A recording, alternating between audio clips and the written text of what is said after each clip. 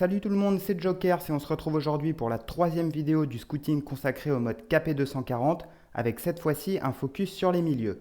Comme d'habitude, je vous rappelle que cette nouvelle compétition fera son apparition le 30 janvier sur Sorare. Mon avis personnel sur le sujet, vous le connaissez déjà, étant donné que les championnats Asia et la MLS reprendront fin février, soit à peine un mois plus tard, je pense qu'il peut s'avérer très intéressant de bâtir son roster dès maintenant sur ces championnats. C'est pourquoi, comme dans les deux dernières vidéos sur le sujet, aujourd'hui, je ne vous présenterai que des joueurs évoluant en K-League, J-League et MLS. Ça ne veut pas dire que je ne ferai jamais de scouting sur les championnats européens, mais plutôt que je le ferai quand le moment me semblera être le bon. Alors avant d'aller plus loin, petite parenthèse pour vous informer que si vous n'êtes pas encore inscrit sur Sorare et que vous avez envie de vous lancer dans l'aventure, je vous propose de le faire en passant par mon lien de parrainage qui se trouve juste sous cette vidéo. Comme ça, en plus de gagner une carte gratuite et de m'en faire gagner une par la même occasion, vous aurez droit à un accompagnement personnalisé tout au long de votre aventure. Ceci étant dit, on va pouvoir entrer dans le vif du sujet. Donc comme je le disais un peu plus tôt, ce scouting va porter uniquement sur les milieux de terrain. D'ici la fin de semaine prochaine, je vous sortirai celui consacré aux attaquants. Comme ça, on aura fait le tour de tous les postes et vous aurez toutes les cartes en main pour effectuer vos achats. Pour ceux qui seraient passés à côté, j'ai récemment sorti une vidéo portant sur 4 stratégies que j'ai imaginées de manière à aborder ce nouveau mode de jeu du mieux possible. Je vous mettrai son lien en fin de vidéo et si vous ne savez pas encore comment vous y prendre avec cette compétition, je vous encourage vivement à aller la visionner. Pour ceux qui l'ont déjà vu, à l'identique de mes deux premiers scootings, celui d'aujourd'hui va porter principalement sur les deux premières stratégies. Je vais donc vous présenter 4 milieux compatibles avec la Decisive Score Stratégie et 4 milieux compatibles avec la AA Score Stratégie. Comme d'habitude, étant donné que le cap est fixé à 240 points et que 240 divisé par 5 égale 48, je ne vous présenterai que des milieux dont le L15 est proche de 48. Allez, sans plus tarder, on commence avec les milieux qui entrent dans la Decisive Score Stratégie. Donc premier nom, Kim Dae-won.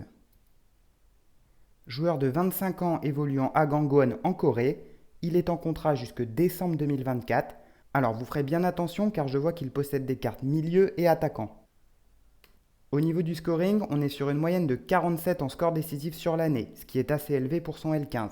Et au niveau du prix, vous pouvez l'avoir pour 0,0323 ETH. Deuxième milieu qui évolue cette fois-ci au Japon, Yuta Higuchi. Joueur de 26 ans qui évolue à Kashima. Alors son contrat se termine à la fin du mois, donc si son profil vous intéresse, renseignez-vous bien avant de l'acheter. La dernière fois, je vous ai présenté un défenseur qui vient de signer dans un club qatari, dont la division n'est pas couverte par Sorare. Donc j'insiste, renseignez-vous bien avant de faire vos achats, ce serait trop dommage de vous retrouver avec un joueur dont vous n'aurez aucune utilité. Toujours est-il qu'au niveau du scoring, on est sur une moyenne de 41,9 sur l'année, donc bien en dessous de Kim Dae-won. Par contre, au niveau du prix, il est bien plus abordable, on est sur du 0,0084 ETH. On passe au troisième milieu avec Lewis Morgan. Joueur que j'avais pris en exemple pour illustrer mes propos dans ma vidéo sur les différentes stratégies, et finalement j'ai décidé de le retenir dans ce scouting. Âgé de 26 ans, il évolue à New York Red Bull où il est sous contrat jusque décembre 2023. Au niveau du scoring, c'est également plus que correct puisqu'on est sur une moyenne de 47 à l'année avec un L15 à 49. Au niveau du prix, je trouve que c'est plutôt abordable, vous pouvez l'avoir pour 0,0142 ETH. Et enfin, le quatrième milieu que j'ai retenu, Santiago Rodriguez. Jeune joueur de 22 ans, donc éligible en U23, il évolue à New York City où il est sous contrat jusque décembre 2023. Son scoring est légèrement plus faible, il est à 45,3, mais ça reste un profil très intéressant. Par contre, forcément, c'est tout de suite plus cher. L'average sur les 3 derniers jours est de 0,0276 ETH, mais je vois que le floor price est un peu en dessous, donc pour ceux qui sont intéressés, c'est peut-être l'occasion. On va maintenant passer au milieu compatible avec la AA Score Stratégie. Donc on retourne en Asie avec Park Yong-hoo.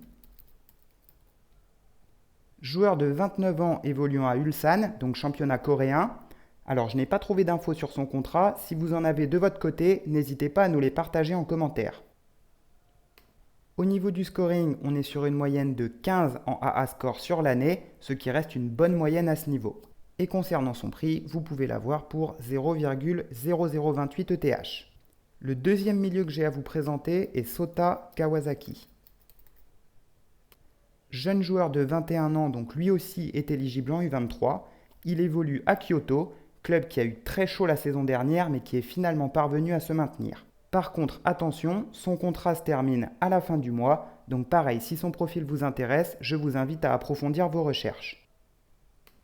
Au niveau du scoring, c'est similaire à celui de Park Young, on est sur une moyenne de 14,8. Par contre, au niveau du prix, vu son âge, c'est plus cher, on est sur du 0,0144 ETH. Alors, on retourne en MLS pour notre troisième milieu, Pablo Ruiz. Joueur de 23 ans évoluant au Real Salt Lake où il est sous contrat jusque décembre 2025. Au niveau du scoring, c'est un peu plus élevé qu'en Asie, on est sur une moyenne de 16,5 en AA score. Et au niveau du prix, ça reste abordable, l'average est de 0,0127 ETH. Et enfin, dernier joueur pour clôturer ce scouting sur les milieux, Darlington Nagbe. Alors lui, il est quand même plus âgé, 32 ans. Il est sous contrat avec Columbus Crew jusque décembre 2023. Au niveau du scoring, c'est très semblable à Ruiz, on est sur une moyenne de 16,2. Par contre, étant donné qu'il est plus âgé, son prix est quand même beaucoup plus faible. Vous pouvez l'avoir pour 0,0044 ETH. Voilà pour ce troisième scouting consacré au mode KP240. Alors je m'excuse si des fois je passe un peu vite sur certains joueurs et que je n'ai pas forcément le temps d'aller chercher toutes les infos sur chaque profil. Mais comme vous, j'ai un boulot en dehors, je fais tout ça sur mon temps libre et surtout j'essaye de vous donner toutes les cartes en main relativement tôt pour que vous ne vous retrouviez pas à faire vos achats quand les prix sont en pleine augmentation. Donc bien sûr que je pourrais éplucher chaque joueur en long et en large avant de vous les présenter, mais ça impliquerait que les vidéos sortiraient avec un délai bien plus long et mine de rien le mode KP il commence dans 3 semaines. Donc je fais le choix de ne pas forcément approfondir parce que je pense que vous êtes capable de le faire individuellement si un joueur vous intéresse. Comme je vous ai dit en début de vidéo, j'essaye de vous sortir avant fin de semaine prochaine le dernier scouting qui portera sur les attaquants. Si vous avez des questions, n'hésitez pas à les poser en commentaire, je suis aussi là pour vous répondre. Cette vidéo touche à sa fin, j'espère qu'elle vous a plu et qu'elle vous aidera à vous constituer un roster solide pour passer un maximum de paliers. Pour ceux que ça intéresse, je vous mets le lien de ma vidéo sur les différentes stratégies possibles pour cette nouvelle compétition. N'hésitez pas à lâcher un petit pouce bleu et à vous abonner à ma chaîne en cliquant sur le bouton qui s'affiche à l'écran. On se retrouve au prochain épisode. Ciao l'équipe!